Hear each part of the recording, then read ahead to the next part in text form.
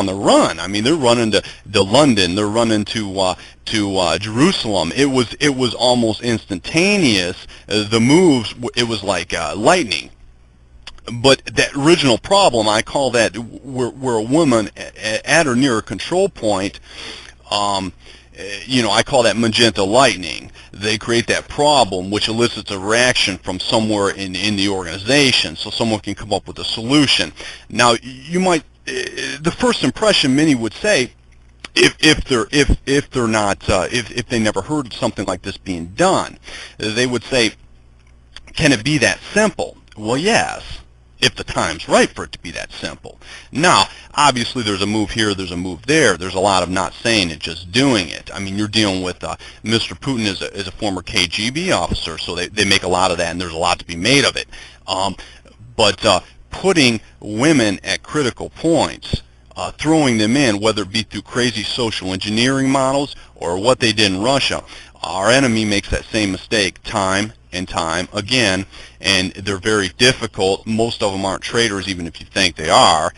They're very difficult to blackmail and other things else. Even if you are, let me give you an example right in front of your face. Hillary wasn't supposed to be Secretary of State.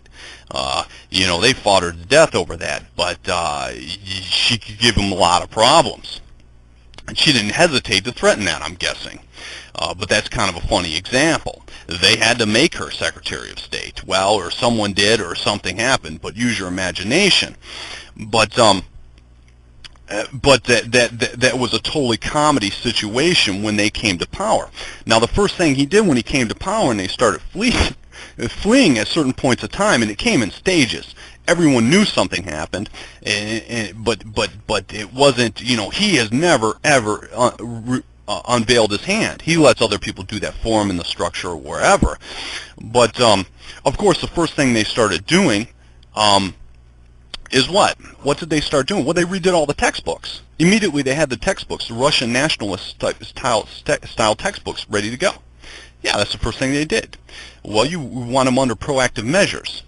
That's the first thing they did, and then they did a handful of other first things, but that was almost immediate. They transformed the education. They weren't going to allow them to demoralize the place, and even to this day, if you look up gay rights in Russia, there's a constant struggle. Gays are always sponsored by all these human rights groups all around the world to put up a struggle in Russia. Well, they're not going to allow that. They're not going to allow that energy in there. They're not going to allow that energy to flow because they realize that's a classic divide and rule demoralization technique. That's a classic conflict model. They're not going to let you run a conflict model in there.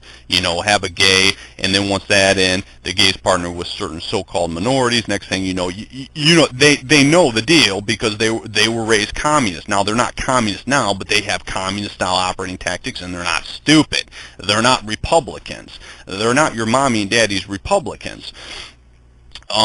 The Republicans have done some of the dumbest things. I mean, they might be nice people. Some of them might be breathtakingly brilliant, but they're not exactly a bunch of Sam Francises.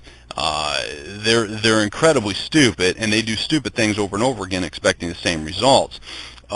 When I was just a young trooper, I remember the Republicans had that big Newt Gingrich-style revolution, and they all came into Washington. And they said, we're going to stay here 4 years, and we're going to do all this, and we're going to straighten everything out. Well,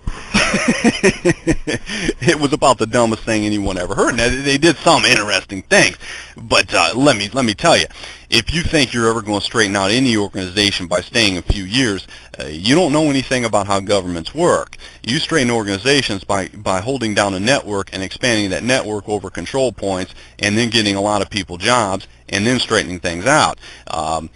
Going in somewhere and thinking you're going to reorganize something or rearrange something, I've never once seen that work in my lifetime in any government anywhere. That's not how they operate. Governments don't fix systems. Systems fix governments. Eventually the whole thing collapses and then goes through some kind of radical deal.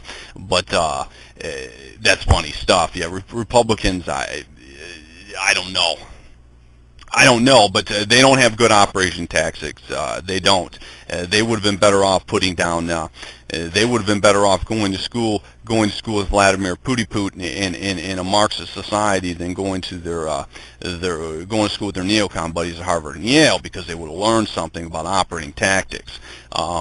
They get taken to school time and time again, and also a lot of them are just nice, honest conservatives, and you're not dealing with that in the Republican Party. You're definitely, everyone knew you weren't dealing with that in the Democratic Party. But when Russia, when he came into power, it was something was unique. It was something was different overnight. I could see it. I could see something changed. The oligarchs didn't know it until it was too late. But although some of them did at first. One of the funniest things I've ever seen is when they hung the lettuce patch. Khodorkovsky jumped out of there, and when Putin started putting the hammer to him, you see, Russia had all these gray areas of the law. In other words, there were no true laws. It meant what they wanted to mean. It came over from a communist-style society, but they had the Duma then, and there wasn't nothing illegal about buying politicians per se. It was like some kind of gray area of the law about buying politicians. Well, they hung a big lettuce patch. When Khodorkovsky left and there was some kind of scheme, they hung a big lettuce patch. They redid all the laws and you just couldn't walk in with suitcases full of money to buy the Duma. You couldn't do that anymore. Well, what's funny about these arrogant pink rabbits is the first thing they did is I don't know who it was, Rothschild or someone in London, immediately sent him back and said, they were in a fight for their lives with Russia. You see, if you can't control Russia, you don't have your order. You don't have anything. You certainly don't have a new world order without Russia. You ain't got it. You got to have all the Aryan tribes and all of them under your thumb, or at least in their mindset. And of course, you had, Wesley Clark and some of the neocons and Democrat, Republican neocons, whatever, say, they came out not much after 2000 and said Russia's a spoiler. Well, what are they a spoiler for? Use your imagination. But anyways, Khodorkovsky came running back in there from London. He came running back in there and was sent back in there by, I believe it was Rothschild. You got to get back in there because your oil company and this and that. I don't think he wanted to go. He was told not to meddle in politics. He can meddle in business. You can own a business, but don't meddle in politics. Putiput had laid down the law, and they hung out a lettuce patch. A lettuce patch is a lot of illegal. Is something clearly illegal.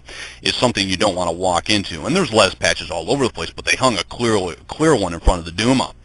And he walked in, I don't know, with suitcases full of money or whatever, and they crucified him. They nailed him. And they put him in prison in Siberia next to a nuclear waste dump where he sits to this day. Some people think he's getting out. I don't know. They weaved him in velvet so tight, whatever, but they caught him red-handed. And, of course, there was all kinds of other laws. When you're dealing with a structure like that and the oligarchs, there's all kinds of laws they're probably breaking at that time that could be interpreted in any variety of different ways. But that is, that's full-spectrum practical politics. Right now with the Fortune 500 companies and the laws in somewhere like Anglosphere, the laws are wild. You start talking about Patriot Act. Use your imagination. You could do anything you chose to do if the conditions were right, but the conditions were right for Putin to crucify people. And he applied the law. And he applied the law ruthlessly, and he's in jail to this day. But that was very funny. When your big pink jackrabbits get thrown in jail forever out in the Siberia next to a nuclear waste dump, it sends a message. It sends a ruthless message. But that's a broad overview of Russia. And a lot of these tactics are quite simple. But that was probably one of the biggest revolutions everyone saw, but no one saw it. The Rose Revolution is falling to pieces. The Orange Revolution is already done. They're negotiated out. If you have to, they didn't spend any money taking back Russia, believe it or not. Putiput didn't spend any money. The place was being destroyed. All they did was effective. They played basically me a Russian rabbit, you a Russian rabbit, and took the place down. But that women at control points, I've seen them get hurt by this on way too many occasions. And I'm going to go into an observation that was made long, long ago. And I'm going to tell you to in a roundabout way because I don't want to tell you anything exact. But I'm just trying to give you some ideals. Ideals on how to take power immediately in an organization and what we're seeing right now across the Western world.